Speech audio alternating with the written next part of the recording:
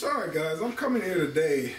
I don't know if I'm going to do 2 videos today because this is the day that the Lord have made, and I just wanted to explain a little bit about me and the channel.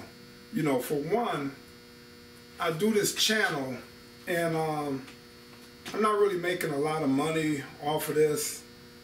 I didn't start this channel to make money. I asked a few guys to go in when I started, and at that point I was like, well, maybe with 3 of us, one can handle this part, one can handle this part, maybe we can make some money. Both of the guys, I won't name them, but they said no, they wasn't interested. So at that point, I just focused on bringing material to this channel, you know, showing how I do things. I'm not making money. Yes, I let you know what products I'm using. And I don't get anything from that. But if anybody interested in doing this, young, not too many old guys are probably going to try to learn this at this stage in the game. But I just want you to know what I use and how I do things and how it's best. You know, I have guys that, you know, tell me, you know, Facebook or whatever, that I've helped them out on the channel. Some guys come on here and say that they have learned things and helped, and that's all I'm here for. I had a nephew say, why you don't ask for donations? You know, I'm like, I'm not gonna do that. He said, well, why are you doing it? Well, I'm doing it to help people. I'm not, everything ain't about the money always, you know. I do this to help people, and that's about it. So when I started saying, okay, on Sundays I'm gonna come talk to you about what the Lord have done in my life, I knew automatically, because I've lost family and friends, I'm gonna lose some subscribers. So yeah, I lost a couple, but it seemed like I've gained more on these videos. You know, I was down 2, I'm up 3, you know. So lost 2, gained 5, I'm up 3. So with that, guys, I just wanted to explain that this ain't all about the money with me, you know, and everything. And when the Lord saved me, He brought me in. I was 39, you know, and I was out in the streets, guys. I mean, I'm telling you, I was out there.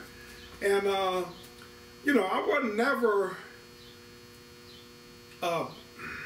you know, a bad, how can I put this? You know, I was never, I'm the same way I am now. I just never liked people messing with me.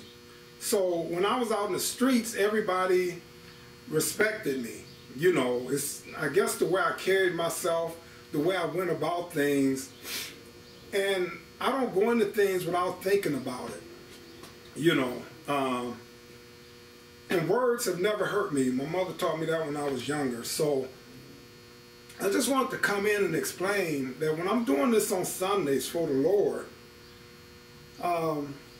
it's just because this is where He got me at this point. So, you know, I want to go back to, I was 17. No, I was 16 and a half. I had just got my license. Going on 17. So anyway, my oldest brother stayed in Milwaukee. So I used to go up there with him. I guess I had just started drinking. And he wanted to teach me a lesson. So I guess he found out that I was drinking. You know, I was smoking weed way before. He had got on me about that. My brother always came in whenever I was doing something wrong, you know, because they was on bad drugs and they wanted to keep me stirred in the right way. Well, my oldest brother did, let's put it that way. So he brought me up there, and I guess his plans was to get me drunk, where, you know, so drunk that I would never want to drink again. Well, it worked, guys, because I would drink beer after that. I never drank hard liquor because he had me drinking hard liquor. So I never drank hard liquor after that, guys. But during the course of the weekend, and back then, my brother wasn't no angel, you know. He just wasn't. So by me being 16, he actually had me holding his gun. I was driving, holding the gun, and he gave me this leather jacket that the pocket was, you know, had a hole in it, and the gun was a revolver, had the hammer on it. So, you know, I'm young, and that's exciting, you know, going up to hang out, your big brother letting you come up, because like, he's got 11 years on me. I'm the youngest. So, you know, my sister right above me is like 4 years older than me. So I grew up, and they was kind of out the house by the time I hit 10. They was out the house. So it was exciting. Oh, my big brother wanted me to come up, but the things he had me doing, it wasn't who I was. And you just think, okay, this is the life. This is what, you know, this is what I'm gonna have to go through in life, because, you know, you taught the things you're around. People teach you these things, you know. And I'm 16. I didn't know no better, you know. So I grabbed a gun and I put it in. He told me to put it in that inside pocket, and he took me over 17th and Hatley in Milwaukee, you know. And it was a bar there called T-Max Bar. So he's, you know, he did, you know, he was involved in some things, and he had me at the bar. So I'm there, and when we pull up, you know, it's about 11:30 at night. We pull up, and there's a guy in the alley, and he tells me, say, yeah, that guy, he be robbing everybody off through the blocks here, you know. And my brother actually stayed up on 45th off of Lisbon. I mean, yeah, that Lisbon, 45th and Lisbon up there. And so, you know, he take me down here. I'm 16. He said, oh, that guy robbed everybody. He don't mess. He know better than mess with me. He don't mess with me, but he be robbing everybody throughout the neighborhood. So he go in, some guy come in, and he's selling, you know, the glass back then, Garrett's orange juice. So my brother buy, I think it was like 4 of them, and so my brother bought 2 for the bar, and then he took 2 home for his kids. So he had me take them out to the car. And I'm thinking, like, my brother saying, this guy robbing everybody. You know, you gotta send me outside with this guy. I still got the gun on me. And you listen, you know, my brother was known for knocking people out, one punch. You know, like, you go up yapping to him, he wasn't gonna argue with you. You could get up in his, he's just gonna punch you and knock you out. So I was, you know, honestly, I was scared of my brother. You know, I knew not to mess with him, let's put it that way. So if he said, run this out to the car, you just ran it out to the car. If he said, hold this gun, I'm up there with him for the weekend, you're gonna hold that gun. I was scared of my brother, you know. So I take the orange juice out, put him in the car. When I turned around, that guy that he was talking about came up with a gun to my head. So I'm like, I'm scared, but I reach in, try to grab a pistol. I never dealt with a gun in my life. I don't even know if there was any bullets in the gun. I'll be honest. You know, wasn't thinking about that all back then. But now, you know, I'm talking about, I didn't know it was no bullets. Whether or not, if I tried to pull it out, and by the pocket being ripped, the hammer got stuck on the inside of the leather jacket pocket. So the guy grabbed my arm, and I'm telling you guys, this guy was getting ready to shoot. Or that's the way I felt. Honestly, I believe this guy was ready to shoot me. So, because it was like 4 or 5 stairs to get up into this bar.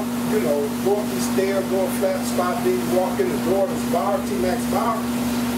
So it was a guy standing up there by the door, and he said, "That's T-Max, that's Slim's little brother." So the guy put the gun down and took off running. So I turned around and looked at the guy. He said, "Don't tell your brother." He said, "Your brother will kill him." So he turned around, he go in the bar. Now I see what he had on, I seen him. I go in the bar, and I look around, this guy was not in the bar. He wasn't in the bar, guys. I go back down, sit down, and my brother could tell something was wrong with me, and he started asking me questions. I couldn't talk, guys. If you ever heard, you know, you get bit by a raccoon, you get lockjaw. My jaws that locked up, because it scared the crap out of me. I'm 16. I'm from a little town back in Racine, where back during this time, we still slept with our doors unlocked. You know, so I was scared, guys. You know, I'm 16, you know, I'm like, and I didn't talk for 3 days. I made it back to Racine. I still didn't talk that whole day I was in Racine. And I think about it, maybe God locked my jaws so I wouldn't tell my brother, because I probably would have told him. But when I got back in that bar, guys, that guy wasn't in there. And now, me being saved, knowing who I am today, the Bible tells us, be careful on how you treat people, because you could be entertaining angels. And you're not even aware of it, guys. I believe that was an angel. It wasn't my time. God had more for me to do in this life than for my life to end that day up in Milwaukee. I'm telling you guys, I believe it was an angel. Because when I got in that bar, it wasn't nobody in there. I seen him open up the door and walk in. He was not in there, because we closed the bar. I was in there the whole night, you know, so he wasn't in either one of the bathrooms, because my brother was working behind the bar. The guy was not in there. So it was an angel, guys. So if you, it don't have to be that you out in the streets, or it don't have to be, you know, you can stay in the suburbs. I don't care where you at. Stay in a nice big mansion. Think back of different times that God was there, had his angels posted up around you, protecting you. Could have died. God spared your life, guys. No, I didn't give my life to the Lord then. I went through a whole bunch of other stuff in life that I wish I would have been following God the whole time. You know, right now, my kids, you know, they daddy, they mom, they trying to teach them certain things, and I'm trying to keep them on the right and narrow. And that's something else. My grandmother, she prayed for us. My grandmother never really talked to me about the Lord. She just didn't. You know, my mother wasn't saved as I was growing up. She got saved later. You know, my dad wasn't saved. So I didn't have nobody, even though my grandmother was saved, my granddad was never saved, and I don't think that's on my mother's side. My father's side, neither one of those grandparents was saved. So I didn't have a lot of people around me teaching me about the Lord, but God got me in a position now where I try to grab my grandkids early and install it in them. And once they got it, they might go out and do different things. I don't know.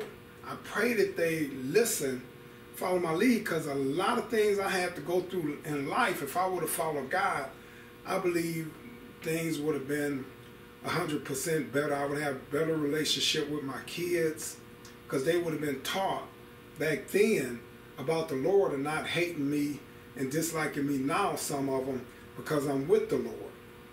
But guys, I just want to tell you, this is my walk with God. This is things that happen to me. So if you want to unsubscribe or whatever, every Sunday I'm going to be coming at you with things in my life that God has done and where he's got me at today. Hey, everybody have a blessed Sunday. God bless. I pray that, you get something out of these talks that I'm giving. And God bless you all. All right. God bless.